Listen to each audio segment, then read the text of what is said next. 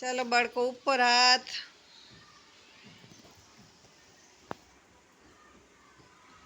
માથા ઉપર, અદબ.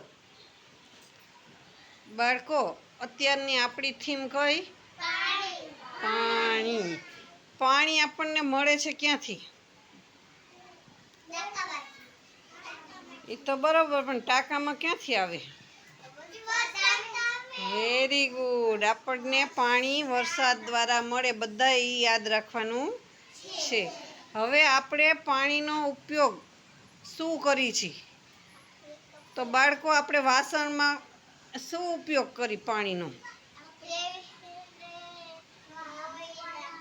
હા, ખાલી લિક્વિડ લગાવી કે સાબુ લગાવી, માટી લગાવીને વાસણ ઉટકા હોય તો એમાં આપણે જમી શકીએ નહીં. પણ એને સ્વચ્છ કરવા હોય વાસણને તો આપણે શું કરવું પડે? પાણીથી ધોવા પડે. એવી જ રીતે કપડામાં આપણે પાણીનો શું ઉપયોગ કરી?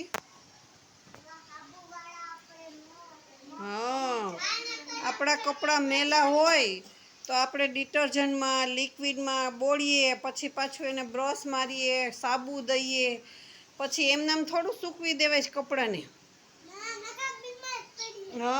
એને પાણી દ્વારા આપણે ધોવા જોઈએ. ગોળો હોય તો ગોળાને આપણે વિછરવો પડે પાણી દ્વારા. થાય ને? આપણું ઘર હોય તો ઘરમાં આપણે ખાલી પાવડર કે લિક્વિડ નાખી દઈએ તો ચાલે નહીં, પણ ઘરને સ્વચ્છ કરવા માટે શું કરવું પડે? પોતા. પણ પોતા શેનાથી થાય? પાણીના ઉપયોગ વગર આપણું જીવન શક્ય નથી. આપણે નાહી ધોઈ તો આપણે ખાલી નાવામાં સાબુ કે શેમ્પૂ લગાડીને નીકળી જશું તો ચાલશે નહીં, પણ શું કરવું પડે? Very good. આપણે લિક્વિડ, સાબુ, શેમ્પૂ વાપર્યું હોય એમ છતાંય પાણી નાખીને આપણે આપણા શરીરને ધોવું પડે. બ્રશ કરીએ તો પાણી દ્વારા આપણે કોગળા કરવા જોઈએ.